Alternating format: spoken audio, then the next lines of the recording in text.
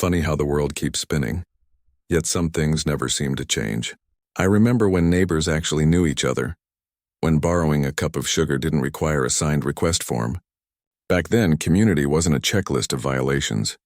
It meant something real: respect, connection, belonging.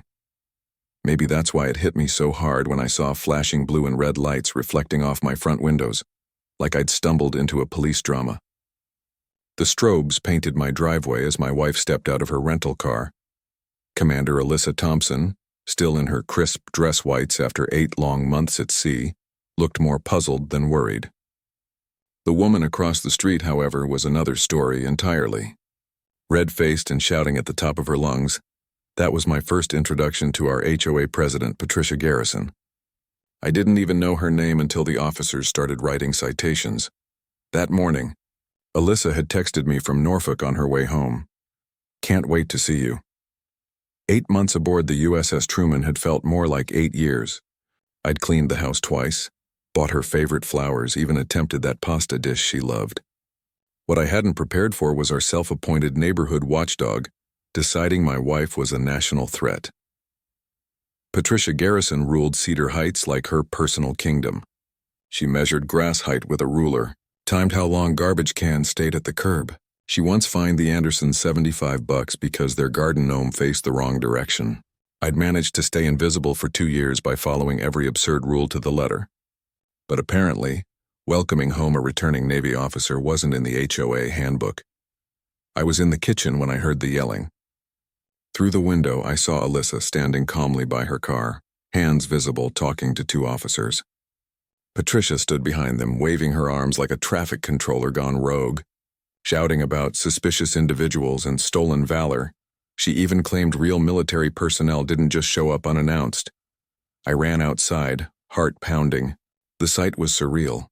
My wife, who'd just finished commanding operations in the Persian Gulf, being questioned in her own driveway while Patricia demanded her arrest. Neighbors were gathering, some recording with their phones. One officer, his badge reading Daniels, raised a hand as I approached. His partner, Officer Nguyen, asked Alyssa routine questions. She answered with calm, precise professionalism. "Yes, I live here." "Yes, I just returned from deployment." "No, I didn't think I needed HOA permission to come home." Patricia's voice only grew louder. She insisted real service members notified the board in advance. She accused Alyssa of buying her uniform online. Then came the classic line, "I pay your salary." Not once, but 3 times in under 2 minutes. Finally, Officer Nguyen asked for ID. Alyssa moved slowly and handed him her military identification card. What happened next could have been straight out of a movie. Both officers went silent. Nguyen's posture straightened. Daniel's expression flipped from mild annoyance to near panic. They exchanged a look, then glanced at Alyssa's rank insignia. "Ma'am," Daniels said respectfully, "our apologies for the confusion. We received a report of suspicious activity." Alyssa nodded, calm and steady. She understood they were just doing their job. What she didn't understand was why Patricia was still shouting about knowing the police chief personally. Then Officer Nguyen surprised everyone. He took a step back, squared his shoulders, and saluted. "Former Navy, ma'am. Machinist's mate, 2nd class. Served on the Lincoln. It's an honor." Patricia's mouth dropped open. The crowd murmured. Alyssa returned the salute with quiet grace. I could see the tension melt from her shoulders. The power dynamic shifted instantly. The officers turned to Patricia. "Ma'am," Daniels said sharply, "calling 911 for a non-emergency is misuse of emergency services. Filing false reports is a crime." Patricia's face cycled through every shade of red. Alyssa stepped forward, her voice even. "Officers, thank you for your response. But I'd like to go inside and see my husband. It's been a long deployment." She turned to Patricia, giving her a look that could silence a drill sergeant. "Unless there's an actual crime being reported?" Patricia fumbled for her phone. "The HOA bylaws clearly state residents must notify the board of extended absences and returns." She scrolled furiously, muttering about community standards and proper procedures. The officers weren't impressed. One asked if she'd like them to review her past 911 calls, mentioning how several suspicious packages turned out to be Amazon deliveries. By now, the crowd had doubled. I recognized most faces, neighbors who'd all suffered under Patricia's rule. The Johnsons fined for using the wrong shade of beige on their shutters. The Gwynns cited because their kids' bicycles were visible from the street for more than half an hour. Everyone who'd been nickel and dimed by Patricia's nonsense was watching her finally face some real authority. Daniels pulled out his notepad. "Ma'am, I'm issuing you a formal warning for misuse of emergency services. Another false call and you'll be cited. Also, making false claims about military personnel can have federal consequences. I suggest you go home and rethink your approach to neighborhood watch." Patricia's hand trembled as she took the paper. She tried to speak about her rights as HOA president, but her voice came out weak and broken. Alyssa handled the whole scene with quiet dignity. She thanked the officers for their service before walking up the driveway toward me. Nuwan shook her hand and asked about the Truman's latest deployment. They chatted briefly, ports, duty stations, Navy life, while Patricia stood frozen on the sidewalk, clutching her warning citation like it was radioactive. Neighbors began drifting away, though not before a few called out, "Welcome home." Mrs. Chen, 2 doors down, even started clapping as the police cruiser pulled away. Patricia finally found her voice. "This isn't over," she hissed. "The HOA board will hear about this. You've violated multiple bylaws and your grass is probably over the regulation height." Alyssa turned to her, perfectly calm. "Ma'am," she said, "I just spent 8 months dealing with actual threats to national security. Your tape measure doesn't scare me." The silence that followed was perfect. We went inside, leaving Patricia standing there, gripping her useless piece of paper. Through the window, I watched her stomp home, nearly tripping over the Andersons' properly positioned garden gnome.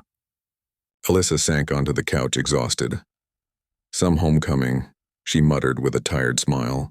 "At least you didn't have to face enemy fire," I joked. She chuckled. "Enemy fire's less unpredictable than suburban politics." By evening, the story had spread through Cedar Heights faster than a yard sale rumor. Texts flew. The neighborhood Facebook group, usually Patricia's soapbox for lawn complaints, exploded with laughing emojis and celebration posts. Someone even uploaded the video of Officer Nuwan saluting Alyssa. Within an hour, it had nearly 50 reactions. For the first time in years, Cedar Heights actually felt like a community again, instead of a minimum security facility run by one woman with a clipboard. But Patricia didn't go down quietly. She spent the rest of the day stomping from house to house with that same clipboard, trying to rally support. Most doors stayed closed. The few that opened did so out of politeness, brief nods, tight smiles, then doors gently shutting in her face. I watched from the window as she stood on the Petersons' porch for 10 full minutes, ringing the bell while their car sat in the driveway and their TV glowed behind the blinds. They simply refused to acknowledge her existence. By sunset, Patricia was sliding typed letters under every door. Official notices printed on what she clearly thought looked like HOA letterhead, calling for an emergency meeting to discuss what she described as a hostile military takeover of our peaceful community. She cited 17 different bylaws, none of which actually existed, and threatened legal action against anyone who supported what she called an illegal coup against her rightful authority. She even implied that Alyssa's military credentials were suspicious and should be reported to Homeland Security. But the next morning brought poetic justice at 7:30 sharp. There was a knock on our door. Standing there was Dr. Harrison, the mild-mannered retired pediatrician who'd served on the HOA board for years. He looked both embarrassed and relieved. Behind him stood 4 other board members, Mrs. Foster, the bakery owner, Mr. Ramirez, who once fought Patricia's ridiculous ban on wind chimes, and 2 others I recognized from past meetings. They stepped inside and Mrs. Foster handed Alyssa a freshly baked cake. The icing read, "Welcome home, Commander." Dr. Harrison cleared his throat. "We convened an emergency meeting at 6 a.m., he said. Every board member received complaints about yesterday's incident. The vote was unanimous. Patricia Garrison has been removed as HOA president, effective immediately, but that wasn't even the best part. They'd reviewed her entire history of 911 calls, 37 false reports in just 18 months. She'd claimed terrorist activity during the Kumar's family reunion. She'd accused the neighborhood kids of drug dealing when they were just selling lemonade. She even reported loitering when Mrs. Chen's nephew came to visit from college. Dr. Harrison held up his phone. The city fined her $500 for misuse of emergency services, he said. The police department is reviewing additional charges for harassment and false reporting. And then came the twist nobody saw coming. Patricia's employer, a local law firm, had received the viral video of her berating an active-duty military officer. The firm, which proudly displayed Support Our Troops decals on its windows, was mortified. We didn't have to wonder what happened next. 3 days later, a moving truck pulled up in front of Patricia's house.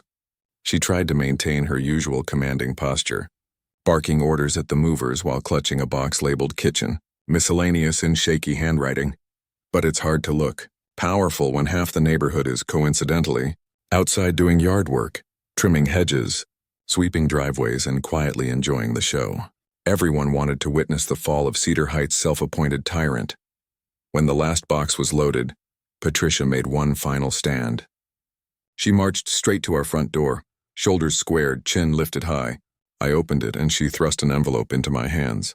A bill, she announced coldly, for grass height violations dating back 2 years. Total owed, $3,200. I looked at the paper, then at her, and finally at Alyssa, who joined me at the doorway. Patricia's hands trembled as she waited for our response.